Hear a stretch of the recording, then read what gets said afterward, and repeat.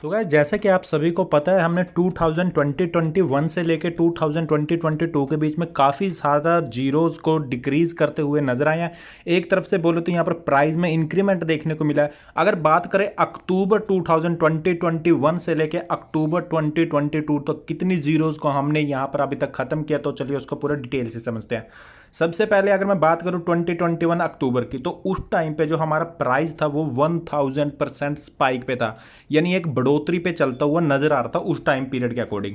और अगर मैं यहाँ पर डायरेक्टली बात करूं कितनी जीरो हमने अभी तक किल की है, तो आप देख सकते हैं अगस्त 2020 के बीच में 9 जीरोज, और फिर यहाँ पर आते आते अगर मैं जनवरी की बात करूँ 2021 की, तो यहाँ पर 8 जीरोज रह गई थी। उसके बाद यहाँ पर बात करें जून की 2021 की तो 5 जीरोज, और यहाँ पर बात करें अगर अक्टूबर की 2021 की तो 4 जीरोज, और अक्टूबर 2022 के बीच में भी फिलहाल 4 जीरो ही नजर आ रही हैं। यानी इसके बाद हमारे प्राइस में चेंज ज़्यादा देखने को नहीं मिला है। सिर्फ हम 2021 में भी 4 जीरो तक ही सीमित है और 2022 के बीच में हम 4 जीरो तक ही सीमित है। हालांकि यहाँ पर जब 6 तारीख को गेम रिलीज हो जाएगी शिबा इथरनिटी, तो उसके बाद में भी प्राइस में एक बड़ा पंप देखने को मिल सकता है, या फिर जो जीरोज की वैल्यू है वो 4 से मात्र 2 या 3 पे आ जाए।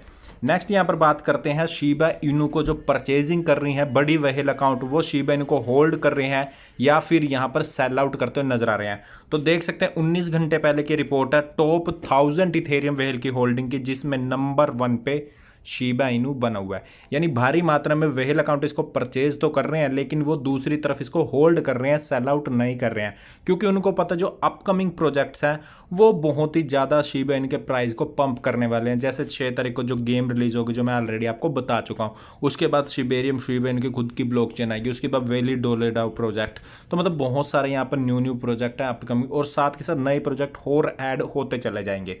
दूसरी तरफ बर्निंग सबसे इंपॉर्टेंट फैक्टर है, क्योंकि बर्निंग क्या होगा, अगर हमारी टोटल सप्लाई को ओवरकम नहीं किया गया तो प्राइस इंक्रीज नहीं होगा, और प्राइस इंक्रीज नहीं होगा तो यहाँ पर जो इन्होंने होल्ड करके रखा है उनका मनोबल टूट जाएगा।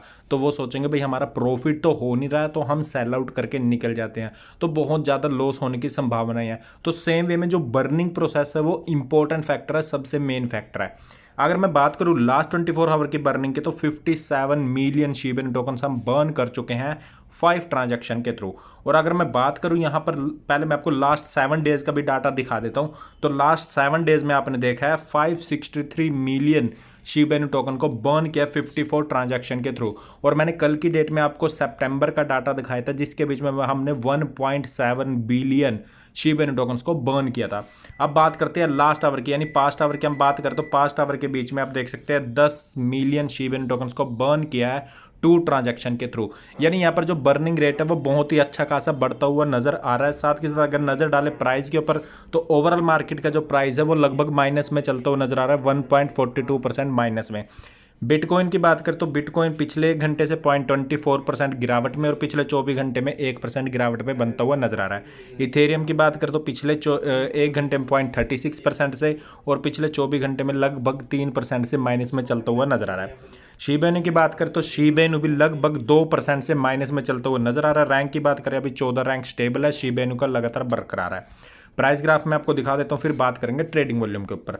तो यहाँ पर प्राइस ग्राफ आप देख सकते हो भाई, मार्केट के क्रैश डाउन होने के कारण प्राइस में बड़ी गिरावट देखने को मिली है। यहाँ पर सुबह थोड़ा सा फ्लक्चुएट किया था, प्लस माइनस में प्राइस गया था, लेकिन उसके बाद एक मार्केट के क्रैश डाउन होने के कारण बड़ी गिरावट देखने को मिली है। उसके बाद यहाँ पर ट्रेडर्स ने, जो ट्रेडिंग या बायर्स जिनको बोल सकते हैं, उन्होंने थोड़ा कम बैक किया। उसके बाद प्राइस अप गया, फिर थोड़ा डाउनवर्ड की तरफ गया। अब यहाँ पर फिर से जो ट्रेडिंग वॉल्यूम वो थोड़े माइनस में जाता हुआ नजर आ रहा है। अगर करंटली बात करो ट्रेडिंग वॉल्यूम की, तो देख सकते हैं लगभग 33% माइनस में चलता हुआ नजर आ रहा है। हालांकि प्राइस जब जब डाउन जाता है, ट्रेडिंग वॉल्यूम लगातार बढ़ता हुआ नजर आता है यहाँ पर, क्योंकि मैक्सिमम बायर यही सोचते हैं भाई प्राइस माइनस जाएगा किसी कॉइन का, तभी हम उसको परचेज करेंगे, ताकि जो हमारा इंस्टेंट प्रॉफिट है वो ज़्यादा से ज़्यादा हो पाए।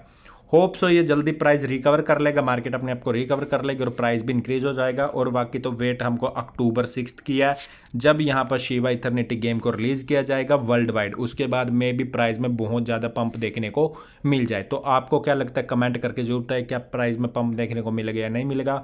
और होप सो ये भी वीडियो अच्छा लगा तो लाइक जरूर करें, चैनल को कर लीजिए सब्सक्राइब, क्योंकि इस तरह का अपडेटेड वीडियो यहाँ पर मैं लाता रहता हूँ। Thank you guys.